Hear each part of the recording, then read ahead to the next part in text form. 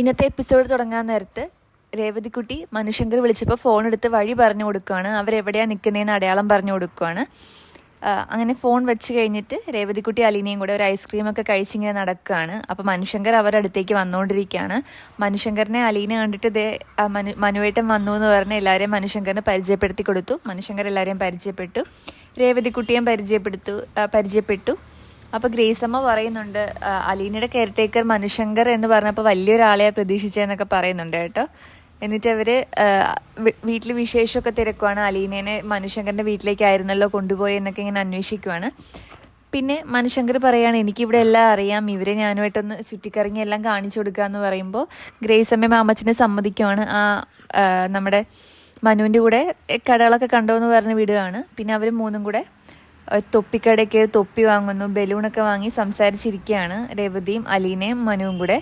അപ്പോൾ അലീന പറയുന്നുണ്ട് മനുവിനോട്, എന്തിനാണ് ഇതൊക്കെ വാങ്ങിക്കൊടുത്തതെന്ന് ചോദിക്കാൻ നേരത്ത് മനു പറയുന്നത്, രേവതിക്കുട്ടിക്ക് ഏട്ടനായിട്ട് ഞാനല്ലേ ഉള്ളൂ, ഞാൻ അവളെ അനിയത്തിയെ പോലെ കാണുന്നതെന്നൊക്കെ പറയുവാണ്.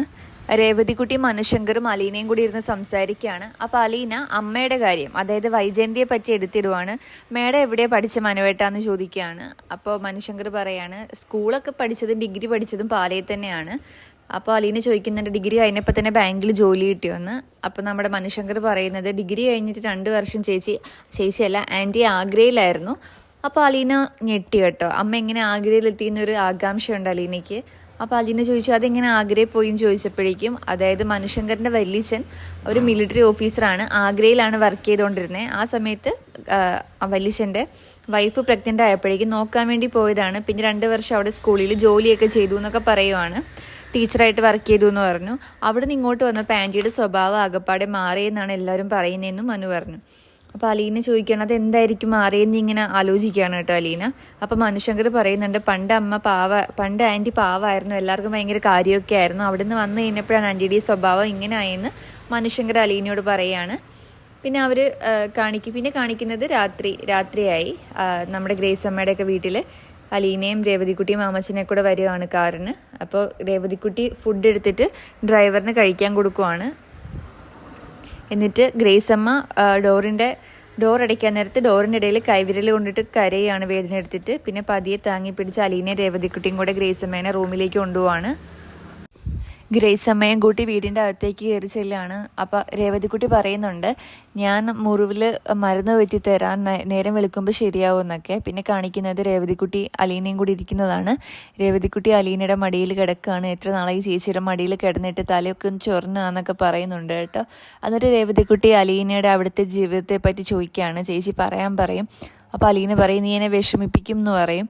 എന്നാലും ചേച്ചിയുടെ കാര്യങ്ങൾ കേൾക്കാൻ ഞാനല്ലേ ഉള്ളൂ എന്ന് പറയുമ്പോൾ അലീന അവിടെ നേരിട്ട കാര്യങ്ങളൊക്കെ പറയുകയാണ്. ചെല്ലുമ്പോൾ തൊട്ടുള്ള പരീക്ഷണം, വീട്ടുകാരുടെ അവഗണന, എല്ലാ കാര്യങ്ങളും രേവതിക്കുട്ടിക്ക് പറഞ്ഞു കൊടുക്കുകയാണ്. രേവതിക്കുട്ടിക്ക് അത് കേട്ട് ഭയങ്കര വിഷമാവുകയാണ്. അലീനയും അത് പറഞ്ഞിട്ട് കരയുന്നുണ്ട്. അപ്പോൾ രേവതിക്കുട്ടി അലീനേനെ ആശ്വസിപ്പിക്കുകയാണ്. അടുത്ത സീനിൽ അലീന ഉറക്കം വരാതെ കണ്ണാട് നോക്കിക്കൊണ്ട് നിൽക്കുവാണ്. അപ്പോൾ രേവതിക്കുട്ടി വന്ന് ചോദിക്കുവാണ്, ചേച്ചിക്ക് ഉറക്കം വരുന്നില്ലേ എന്ന്.